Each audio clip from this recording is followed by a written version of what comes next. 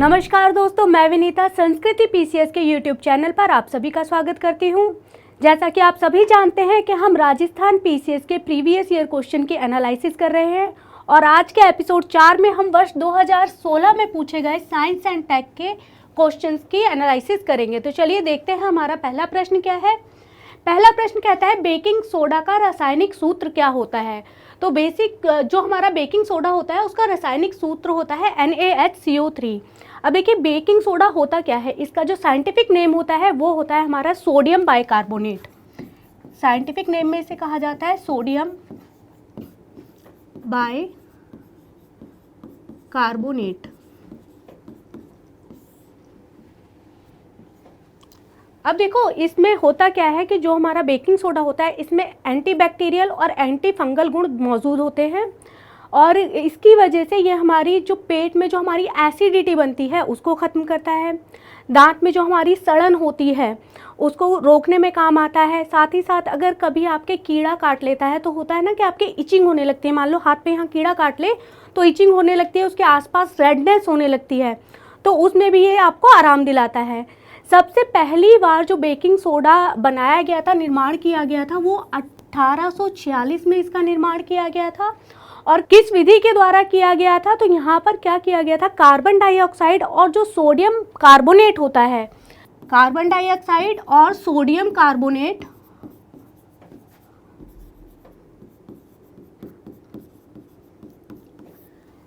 की जो है केमिकल रिएक्शन कराई गई थी और उसके बाद इसका निर्माण हुआ था। तो पहली बार इसे कब बनाया गया था, 1846 में इसका निर्माण किया गया था। चलिए आगे देखते हैं हमारा अगला प्रश्न क्या कहता है। अगला प्रश्न कहता है जो फोटोवोल्टिक सेल होते हैं वो किससे संबंधित हैं। देखो फोटो के नाम से ही आपको समझ जाना चाहिए कि यहाँ पे बात हो रही है लाइट की, रोशनी की। तो किससे संबंधित होगा, तो ये होगा हमारा सौर ऊर्जा से संबंधित होगा। अब देखो यहाँ हमने आपको फिगर दिया है जिससे हम आपको ये बताने का प्रयास कर रहे हैं कि फोटोवोल्टिक सेल जो होता है वो काम कैसे करता है। जो फोटोवोल्टिक सेल होता है ये हमारा एक इलेक्ट्रॉनिक उपकरण होता है जो किसका बना होता है, तो सेमीकंडक्टर्स का बना होता है।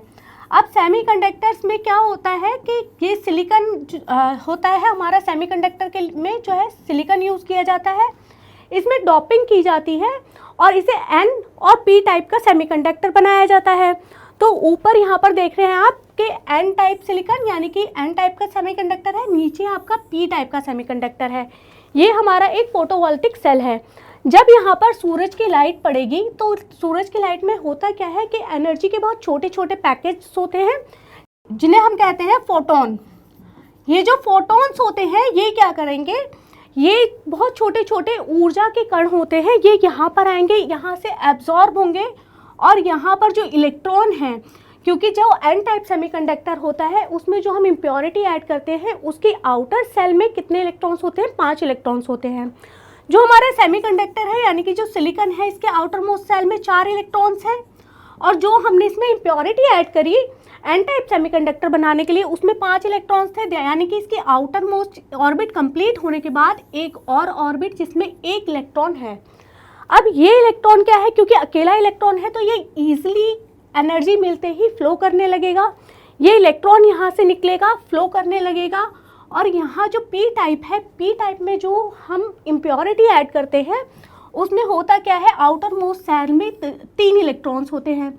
तो यहाँ पर क्या होगा, जब ये सिलिकॉन के साथ ऐड करेंगे तो यहाँ पर एक वैलेंस बन जाएगा, यानी कि यहाँ पर एक होल हो जाएगा, प्रोटॉन की यहाँ पर एक होल बन जाएगा। यहाँ देखिए यहाँ क्या हो रहा है, यहाँ एक हमारा पॉजिटिव चार्ज दिया है, ये इलेक्ट्रॉन्स जो है इस पॉजिटिव चार्ज की तरफ जाएंगे और यहाँ जो P में जो होल्स बन रहे हैं वो हमारे आएंगे ये नेगेटिव चार्ज की तरफ। क्यों, क्योंकि जो अपोजिट चार्ज होते हैं वो एक दूसरे को मतलब अट्रैक्ट करते हैं और जो सेम चार्जेस होते हैं यानी कि पॉजिटिव होगा तो वो एक दूसरे को रिपेल करेगा, लेकिन अगर पॉजिटिव और नेगेटिव है यानी कि अपोजिट चार्ज है तो वो एक दूसरे को जो है अट्रैक्ट करेंगे, अपनी तरफ खींचेंगे। तो यहाँ से इलेक्ट्रॉन इधर जाएगा, यहाँ से इधर ये जो होल्स हैं वो नेगेटिव की तरफ जाएंगे और यहाँ हमारा जो है इलेक्ट्रिक फ्लो होने लगेगा, जो लोड है वहाँ पे हमें इलेक्ट्रिसिटी मिल जाएगी। तो ये हमने आपको बहुत कंसाइज वे में बताने की कोशिश करी है कि जो हमारे फोटो सेल्स हैं वो किस तरीके से काम करते हैं। अपना अगला क्वेश्चन देखते हैं। अगला क्वेश्चन क्या कह रहा है, तो अगला क्वेश्चन कहता है कि नवीनतम एंड्रॉयड चल दूरभाष प्रचालन पद्धति 6.0 का नाम है। तो ये जो है मार्शमैलो है, ठीक है। ये जो हम अपना एंड्रॉयड फ़ोन यूज़ करते हैं उसका जो वर्जन होता है ये वहाँ यहाँ पर उसकी भी बात की जा रही है। इसे एंड्रॉयड 6 को जो सार्वजनिक रूप से चालू किया गया था, जारी किया गया था, वो किया गया था 5 अक्टूबर 2015 को। और इससे पहले जो भी फंक्शंस आए थे, मतलब कि जो भी एंड्रॉयड के इससे पहले के वर्जन्स थे, उन सभी की जो कमियां थी उन्हें पूरा करते हुए धीरे धीरे आगे बढ़ता चला जाता है। तो सबसे पहले जो किटकैट था, किटकैट के बारे में अगर हम बात करें तो यहाँ पे 4.4 था ये। अगर हम बात करें लॉलीपॉप की, तो लॉलीपॉप जो होता है ये हमारा तकरीबन 5 के आसपास इसको माना जाता है 5.0। जैली बैनी जो है ये हमारा है 4.1, 4.2 और 4.3।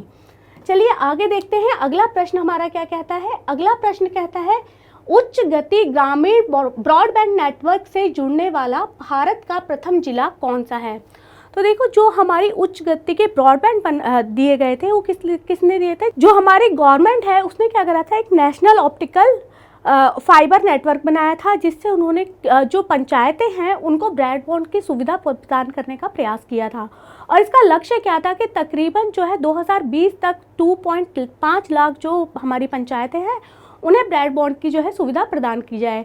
तो सबसे पहले जो ये पहला गांव जो इस नेटवर्क से जुड़ा था वो था हमारा केरल का इडुक्की ज़िला।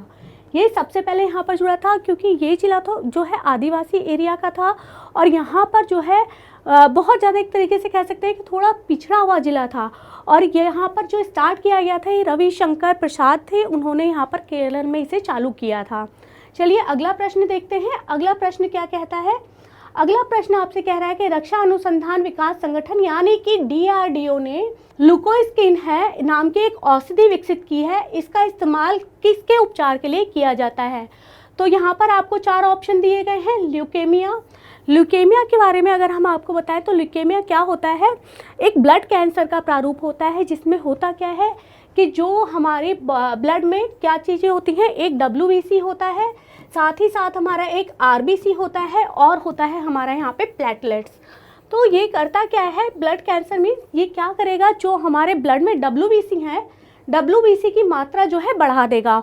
और ये WBC क्या करेंगे कि हमारे ब्लड के जो बाकी सेल्स हैं यानी कि RBC है और प्लेटलेट्स है, इन्हें ख़त्म करते चले जाएंगे। और एक टाइम ऐसा आएगा कि हमारे ब्लड के जो RBC और प्लेटलेट्स हैं वो बिल्कुल ख़त्म हो जाएंगे। और आप जानते ही हैं जो प्लेटलेट्स हैं वो काय में काम आते हैं, हमारे खून का थक्का जमाने में ही काम आते हैं। और RBC भी हमारी जो ब्लड है बॉडी है उसमें बहुत ज़्यादा इम्पोर्टेंस रखते हैं। तो ये जब ख़त्म हो जाएंगे तो हमारी बॉडी को जो है बहुत ज़्यादा नुकसान पहुंचेगा। और ये जो WBC इंक्रीज़ हो रहे हैं, हम ये कहते हैं कि प्रतिरोधक क्षमता होती है हमारे WBCs में, लेकिन ये जो WBC इंक्रीज़ हो रहे हैं अपनी क्वांटिटी से ज़्यादा, वो जो WBC होंगे जो बढ़े हैं वो जो है निष्क्रिय होंगे, मतलब उनमें किसी भी तरीके की प्रतिरोधक क्षमता नहीं होती है। तो ये चीज़ आपको समझ में आई कि ल्यूकोमिया क्या होता है। फिर हम बात करते हैं ल्यूकोडर्मा की। अब ल्यूकोडर्मा क्या होता है, आपने अपने आसपास किसी को देखा होगा कि कभी कभी किसी इंसान की बॉडी पे सफ़ेद सफ़ेद जो है पैचेस पड़ जाते हैं। जो पहले वो स्टार्टिंग में बहुत छोटे छोटे होते हैं, धीरे धीरे वो एक दूसरे से जॉइंट होते हुए बड़े बड़े पैचेस बन जाते हैं। तो ये जो पैचेस होते हैं इसको नाम दिया गया है ल्यूकोडर्मा। और इसके लिए ही हमारा जो DRDO है उसने 7 सितंबर 2011 में एक वैक्सीन विकसित करी थी जिसका नाम दिया था ल्यूकोस्किन। तो ये चीज़ समझ में आई। ये हमारा इसका आंसर क्या हो जाएगा, B हो जाएगा। आगे और देख लेते हैं। आगे के ऑप्शन है हमारे फेफड़ों का कैंसर। यहाँ पे आपको समझ में ही आ रहा है कि फेफड़ों का कैंसर मतलब क्या होगा कि जो हमारे फेफड़ों की कोशिकाएं हैं उन्हें ये कहीं ना कहीं प्रभावित करेगा। और फेफड़े हमारे किस लिए यूज़ होते हैं, जो हम सांस लेते हैं, हमारी पूरी ऑक्सीजनेट करने के लिए बॉडी को हमारे फेफड़ों का यूज़ होता है। तो होगा क्या, आपकी सांस फूलने लगेगी या होगा ये कि लगातार खांसी आने लगेगी, आपको सांस से रिलेटेड प्रॉब्लम्स होने लगेंगी इसमें। और फिर हमारा जो चौथा ऑप्शन है वो क्या है, ल्यूकोरिया। ल्यूकोरिया में क्या होता है, ये एक स्त्री रोग है। इसमें होता क्या है, जो वेजाइना होती है उससे गाढ़ा वाइट कलर का जो है पानी डिस्चार्ज होने लगता है। तो ये चीज़ आपको सारे समझ में आया। अगला क्वेश्चन देखते हैं। अगला क्वेश्चन आपसे क्या पूछ रहा है, निम्नलिखित जोड़े सम्मिलित कीजिए। एक तरफ आपके प्रक्षेपण यान दिए गए हैं, दूसरी तरफ आपके सैटेलाइट दिए गए हैं, उपग्रह दिए गए हैं और आपसे वो ये पूछ रहा है, इन्हें सम्मिलित करने के लिए कह रहा है कि कौन से यान से कौन सा जो है सैटेलाइट आपका लॉन्च किया गया है। तो पहला देखते हैं, पहला लिखा है उपग्रह प्रक्षेपण यान SLV-3। तो इससे जो है हमारा रोहिणी जो हमारा सैटेलाइट था, जिसे हम कहते हैं कि हमारा सबसे पहला सैटेलाइट था जो हमने लॉन्च किया था, इसे कब लॉन्च किया गया था? तो 18 जुलाई 1980 में इसे लॉन्च किया गया। 18 जुलाई 1980 में इसे लॉन्च किया गया। और कहाँ से लॉन्च किया गया? तो श्रीहरिकोटा से इसे लॉन्च किया गया था। दूसरा हमारा है यहाँ पर ASLV यान जो है, इससे किसे SROSCC इस जो हमारा उपग्रह है इसे लॉन्च किया गया है। PSLV से आप सभी जानते हैं कि अभी हाल ही में 2008 में हमारा चंद्रयान 1 मिशन जो है लॉन्च किया गया। तो इसका हो जाएगा GSLV से EDUSAT नामक एक सैटेलाइट को लॉन्च किया गया। ये सैटेलाइट है कि ये जो है कम्युनिकेशन से रिलेटेड सैटेलाइट है और इसे 20 सितंबर 2004 में लॉन्च किया गया। 20 सितंबर 2004 में इसे लॉन्च किया गया। तो अब देख लेते हैं हमारा आंसर क्या होगा। हमारा आंसर यहाँ से हो जाएगा BCAD, यानी कि A हमारा आंसर हो जाएगा। आगे देखते हैं अगला प्रश्न क्या कह रहा है। तो अगला प्रश्न आपसे कह रहा है कि निम्नलिखित में से कौन सी एक भारतीय नौसेना की नाभिकीय ऊर्जा द्वारा संचालित पनडुब्बी है। यानी कि आपको क्लियर बोल रहा है कि नाभिकीय ऊर्जा द्वारा संचालित वो पनडुब्बी है। तो ये जो पनडुब्बी है ये थी हमारी INS चक्र, जो हमारा C ऑप्शन है ये इसका आंसर होगा। इसको क्या कहा जाता है? इसको K152 नैरेपा भी कहा जाता है। K152 नैरपा भी इसे कहा जाता है। ये जो पनडुब्बी थी हमारी, ये वर्ष 2012 में रूस से हमने लीज पे ली थी। 2012 में रूस से हमने इसे लीज पर लिया था। और ये कहाँ पर अभी जो है कार्य कर रही है, कहाँ पर अवस्थित है? विशाखापट्टनम का जो तट था वहाँ पर इस पनडुब्बी को उतारा गया था। तो चलिए आगे देखते हैं अगला प्रश्न क्या कह रहा है। अगला प्रश्न कहता है कि निम्नलिखित में से भारतीय वायुसेना का कौन सा विमान हवा से हवा में पुनः ईंधन भरने का कार्य करता है। तो यहाँ पर हमें ऑप्शन दिए गए हैं C-17 ग्लोमास्टर 3, इल्यूसिन सेकंड 76, इल्यूसिन सेकंड 78। देखो यहाँ पे आपको कंफ्यूज करने की जो है कोशिश की गई है और दोनों ऑप्शन एक दूसरे के आसपास दिए गए हैं, तो यहाँ कंफ्यूज नहीं होना है। जो इसका ऑप्शन आंसर होगा वो 78 है। इसे हमने 1984 में रूस से जो है हमने इसे खरीदा था और ये करता क्या था कि हवा से हवा में पुनः ईंधन भरने का जो है कार्य करता था। आगे देखते हैं हमारा अगला प्रश्न क्या कहता है। ये प्रश्न कह रहा है कि निम्नलिखित में से कौन सा कथन सत्य है। यहाँ पर आपको 4 कथन दिए गए हैं और नीचे कूट के माध्यम से आपको बताना है कि कौन कौन से कथन जो है सत्य हैं।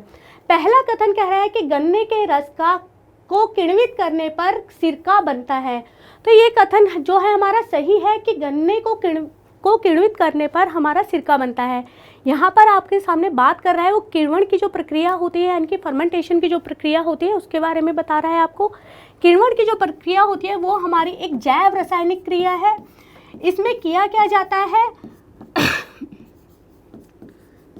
इसमें जो हमारे कार्बन के पदार्थ होते हैं जो हमारे बहुत जटिल होते हैं उन्हें विघटित करके जो सरल यौगिक होते हैं कार्बन में के उनमें विघटित कर दिया जाता है। और सबसे अच्छी बात क्या होती है यहाँ पर जो बहुत इंपॉर्टेंट है कि यहाँ पे जो ऑक्सीजन होती है, ऑक्सीजन एब्सेंट होती है, ऑक्सीजन की प्रेजेंस इस क्रिया में नहीं होती है। तो ये हमारा सही है। दूसरा कहता है सिरके में एसिटिक अम्ल उपस्थित होता है। तो ये बात बिल्कुल सही है। जो हमारा सिरका होता है उसमें एसिटिक एसिड होता है। एसिटिक एसिड हमारा क्या होता है CH3COOH, ये इसका केमिकल फॉर्मूला, ये हमारा इसका केमिकल फार्मूला होता है। तो एसिटिक एसिड इसमें प्रेजेंट होता है। तीसरा क्या कह रहा है कि सिरके में उपस्थित अम्ल बेंजोइक अम्ल होता है। बेंजोइक अम्ल जो है सिरके में उपस्थित नहीं होता। ये क्या होता है, जो हमारे प्राकृतिक पौधे होते हैं या घास होती हैं उसमें जो है बेंजोइक अम्ल मिलता है। ये हमारा गलत हो जाएगा। चौथा कह रहा है सिरका एक परिरक्षक के रूप में प्रयुक्त होता है। आप जानते हैं कि सिरका किस लिए यूज़ किया जाता है, जो हमारा भोजन होता है उसको कीटाणुओं से बचाता है, कुछ टाइम तक प्रिजर्व रखता है, इसलिए सिरके का हम जो है यूज़ करते हैं। तो ये भी सही हो जाएगा। तो हमारा आंसर क्या हो जाएगा 1, 2 और 4, यानी कि बी हमारा इसका सही आंसर हो जाएगा। अगला प्रश्न देखते हैं। अगला प्रश्न क्या कह रहा है। तो अगला प्रश्न आपसे कहता है कि नैनो तकनीक के निम्नलिखित उदाहरणों नैनो तकनीक के 4 पीढ़ियों के बढ़ते क्रम में व्यवस्थित कीजिए। यानी कि यहाँ पे आपको नैनो तकनीक के कुछ उदाहरण दिए गए हैं, उन्हें आपको बढ़ते हुए क्रम में बताना है। तो नैनो तकनीक क्या होती है? नैनो तकनीक वो तकनीक होती है जिसके द्वारा हम जो पदार्थ होता है उसके जो परमाणु होते हैं, हम जानते हैं कि कोई भी पदार्थ अगर होता है तो उसका सबसे छोटा जो कण होता है वो होता है हमारा परमाणु। तो वो या आणविक जो होते हैं उनको और छोटे स्तर पर ले जाके उन्हें हम परिवर्तित कर सकते हैं, उन्हें चेंज कर सकते हैं, या मतलब उनको हम तोड़ के क्या कर सकते हैं कि उनका पृष्ठीय क्षेत्रफल बढ़ा सकते हैं। कैसे? देखिए, अगर मान लीजिए ये एक हमने पदार्थ लिया, इसको हम छोटे छोटे पार्ट्स में अगर तोड़ दें तो क्या होगा? इसका पृष्ठीय क्षेत्रफल बढ़ जाएगा। कैसे बढ़ जाएगा? क्योंकि ये वाला जो अंदर वाला एरिया है ये भी इसके पृष्ठीय क्षेत्रफल में ऐड होता चला जाएगा। ये चीज़ आपको समझ में आई? अब जो हमारे भारत में जो नैनो तकनीकी के जनक माने जाते हैं वो है हमारे professor CNR Rao. Professor CNR Rao को हमारा भारत में, ध्यान दीजिएगा मैं आपको बोल रही हूँ भारत में, विश्व स्तर की मैं बात नहीं कर रही हूँ, भारत में नैनो तकनीकी का इन्हें जनक कहा जाता है। अगर बात करें वैश्विक स्तर की तो वैश्विक स्तर पर हमारा जो रिचर्ड फैडमैन है उन्होंने नैनो तकनीकी की खोज सबसे पहले 1959 में की थी। 1959 में रिचर्ड फैडमैन ने सबसे पहले इसकी खोज जो है की थी। तो ये यहाँ पर देखिए, फिर अब हमें क्या बताना है, यहाँ पर हमें पूरा इसे व्यवस्थित करना है। तो सबसे पहले जो हमारा आता है वो एरोसेल आता है, यानी कि फर्स्ट नंबर पे हमारा एरोसेल रहेगा। फिर हमारे जो है बाद में जो कार्य किया गया था वो लक्षित दवाइयों पे किया गया था, तो ये सेकंड नंबर पे हमारा फोर्थ आ जाएगा। उसके बाद जो है हमारे आणविक विनिर्माण किए जाते हैं, तो ये आ जाएगा हमारा थर्ड नंबर पे। उसके बाद 3D नेटवर्किंग की जाती है, तो ये हो जाएगा हमारा फोर्थ नंबर पे। अब देखिए इस सीक्वेंस में हमारा कौन सा आंसर बनता है, तो हमारा आंसर सी जो है सही आंसर हो जाएगा। आगे देखते हैं हमारा अगला प्रश्न क्या कह रहा है। अगला प्रश्न कहता है निम्नलिखित में से कौन सा अल्फा लिनोलेनिन अम्ल यानी कि 18 कार्बन युक्त ओमेगा 3 फैटी एसिड का सर्वोत्तम स्रोत है।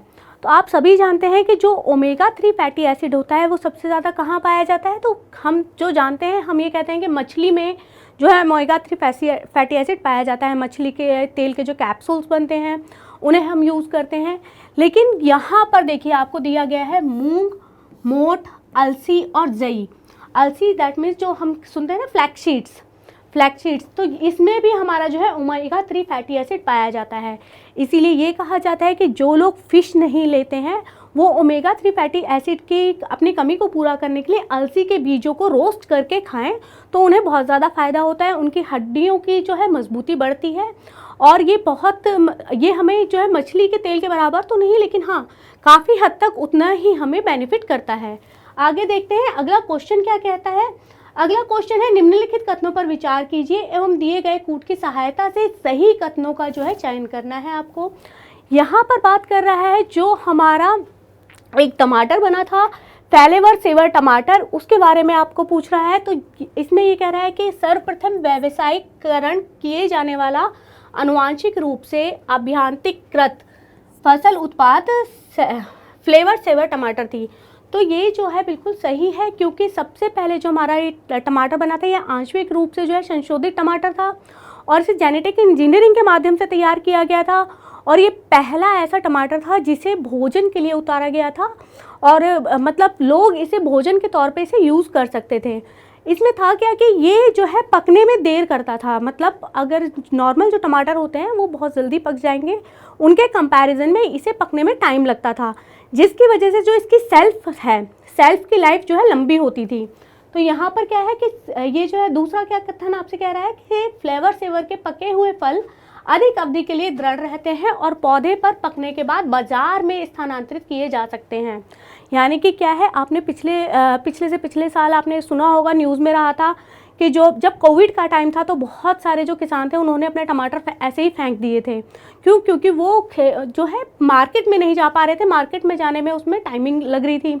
तो यहाँ पर क्या होता है कि जो इनका स्थानांतरण किया जाएगा उसमें अगर थोड़ा टाइम ज़्यादा, ये नहीं कहेंगे कि बहुत ज़्यादा दिन अगर लग जाएं तब भी सेफ रहेंगे, लेकिन अगर कुछ टाइम ज़्यादा लगता है नॉर्मल टमाटरों की अपेक्षाकृत तो ये सेफ़ रहेंगे, ये ख़राब नहीं होंगे। क्योंकि इनकी सेल जो है वो थोड़ी सी सेल की जो लाइफ होती है वो जो है लंबी हो जाती है। तो ये भी हमारा सही हो जाएगा। तीसरा आपसे कह रहा है कि फ्लेवर सेवर के पके हुए फलों में रंग होता है, किंतु पौधे पर पके हुए फलों जैसे पूर्ण सुरूचक सारणी का अभाव होता है। तो ऐसा नहीं है, फलों में कलर होता है लेकिन यहाँ पर किसी भी चीज़ का अभाव नहीं होता है। तो ये हमारा जो है ऑप्शन गलत हो जाएगा। इसका सही आंसर क्या रहेगा? ए, 1 और 2। अगला प्रश्न देखते हैं। अगला प्रश्न आपसे क्या कह रहा है? हरे फलों को कृत्रिम रूप से पकाने के लिए हम जो है कैल्शियम कार्बाइड का प्रयोग किया जाता है, क्योंकि यह उत्पन्न करता है। ये क्या उत्पन्न करता है? तो ये जो है हमारा एसिटिलीन बनाता है, जो कृत्रिम रूप से बनता है और ये फलों को पकाने में हेल्प करता है। प्राकृतिक रूप से जब फल पकते हैं तो वो एथिलीन के द्वारा पकते हैं, ये चीज़ याद रखिएगा। अगर कहीं पे प्राकृतिक रूप से पूछ ले तो आप वहाँ पे भी एसिटिलीन को टिक मत करके आ जाइएगा। प्राकृतिक रूप से जब फल पकते हैं तो वो एथिलीन के माध्यम से पकते हैं, लेकिन जब हम कृत्रिम रूप से उन्हें पकाते हैं तो कैल्शियम कार्बाइड हम यूज़ करते हैं, वो क्या करता है? एसिटिलीन बनाता है। अगर आप ज़्यादा मात्रा में एसिटिलीन का यूज़ कर लेते हैं तो होता क्या है, इंसान के अंदर बहुत सारी बीमारियां आने लगती हैं, जिसमें कि सबसे मेजर जो बीमारी है वो हमारी ब्रेन से रिलेटेड है।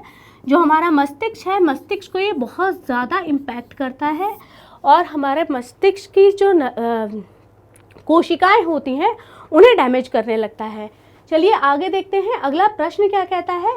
अगला प्रश्न कहता है कार्बन डाइऑक्साइड, नाइट्रस ऑक्साइड और क्लोरोफ्लोरोकार्बन, साथ ही साथ मीथेन, ये जो गैस है ये ग्लोबल वार्मिंग के में जो है योगदान करती हैं। वो ये आपसे पूछ रहा है कि कौन सी गैस ग्लोबल वार्मिंग में कितना योगदान करती है। चारों ही गैस जो है ग्लोबल वार्मिंग करती हैं। सबसे पहले नंबर पे आपके कौन सी गैस आती है? तो कार्बन डाइऑक्साइड।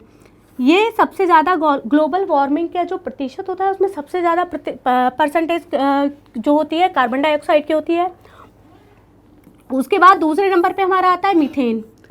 आपको ये भी पता होगा कि हमने पिछले जो पेपर सॉल्व करे हैं उसमें ये बताया है कि जो हमारी मीथेन होती है, सीएनजी गैस जो होती है, यानी कि कंप्रेस्ड नेचुरल गैस, उसमें जो मुख्य अवयव होता है वो मीथेन गैस होता है।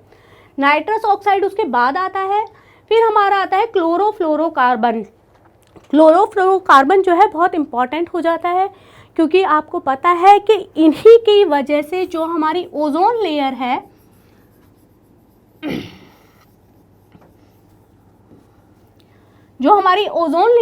समताप मंडल में, उसमें डिप्लीशन हो रहा है, वो धीरे धीरे घटती जा रही है और वहाँ पर एक होल भी बन गया है। तो ये किसकी वजह से है? इस क्लोरोफ्लोरोकार्बन की वजह से। पर ग्लोबल वार्मिंग में ये सबसे नीचे है, सबसे कम ग्लोबल वार्मिंग इसी के कारण होती है। आगे चलते हैं, अपना अगला क्वेश्चन देखते हैं। अगला प्रश्न कहता है एक वयस्क दैहिक कोशिका से क्लोन की गई पहली स्तनपायी डॉली भेड़ के बारे में कौन सा तथ्य सही नहीं है?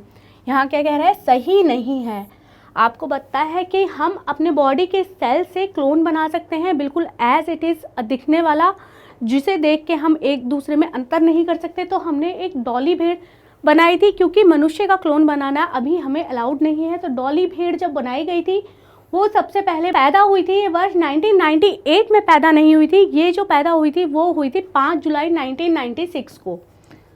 5 जुलाई 1996 में ये पैदा हुई थी। तो सबसे पहले तो हमारा यही कथन गलत हो गया, तो ये हमारा आंसर हो जाएगा ए। अब देखो ये कह रहा है कि डॉली की जो मृत्यु है 2003 में हुई थी। हाँ बिल्कुल सही है कि जो हमारी डॉली भेड़ थी उसे जो है फेफड़ों का कैंसर हो गया था, फेफड़ों संबंधी बीमारी हो गई थी, जिसकी वजह से वो 2003 में 7 साल जीवित रहने के बाद उसकी जो है मृत्यु हो गई थी। जो डॉली भेड़ का क्लोन बनाया गया था ये स्कॉटलैंड में बनाया गया था, वहाँ पर ही इसका जन्म हुआ था। तो ये भी हमारे सारे सही हो जाएंगे। आगे प्रश्न देखते हैं। अगला प्रश्न क्या कहता है? अगला प्रश्न आपसे कह रहा है कि निम्नलिखित में से किस बीमारी के लिए ट्राइवेलेंट के स्थान पर बाइवेलेंट ORV देने का निर्णय भारत सरकार ने लिया था? तो जो हमारा पोलियो है, पोलियो के लिए हमने ये निर्णय लिया था, हमने ट्राइवेलेंट के स्थान पर बाइवेलेंट देना स्टार्ट करा था। क्यों? क्योंकि जो हमारा ट्राइवेलेंट होता है उसमें होता क्या है कि ये इसको देने के बाद भी पोलियो के बने रहने का खतरा रहता है। तो हमारे भारत में एक अभियान चलाया गया था, आप लोगों को याद हो तो पल्स पोलियो अभियान 1995 में इसे स्टार्ट किया गया था। और इसका लक्ष्य क्या था कि हमें भारत को जो है पोलियो मुक्त बनाना है। और वहीं वर्ष 2014 में WHO ने भारत को जो है पोलियो मुक्त घोषित कर दिया है। तो ये चीज़ आपको समझ में आई। आज की वीडियो में इतना ही। आज की वीडियो में हमने वर्ष 2016 में जितने भी आरपीएससी में साइंस एंड टेक के क्वेश्चन पूछे गए हैं वो सभी यहाँ पर डिस्कस करे हैं। अगली वीडियो में आपके साथ फिर मुलाकात होगी एक नए प्रश्न पत्र के साथ। तब तक के लिए धन्यवाद।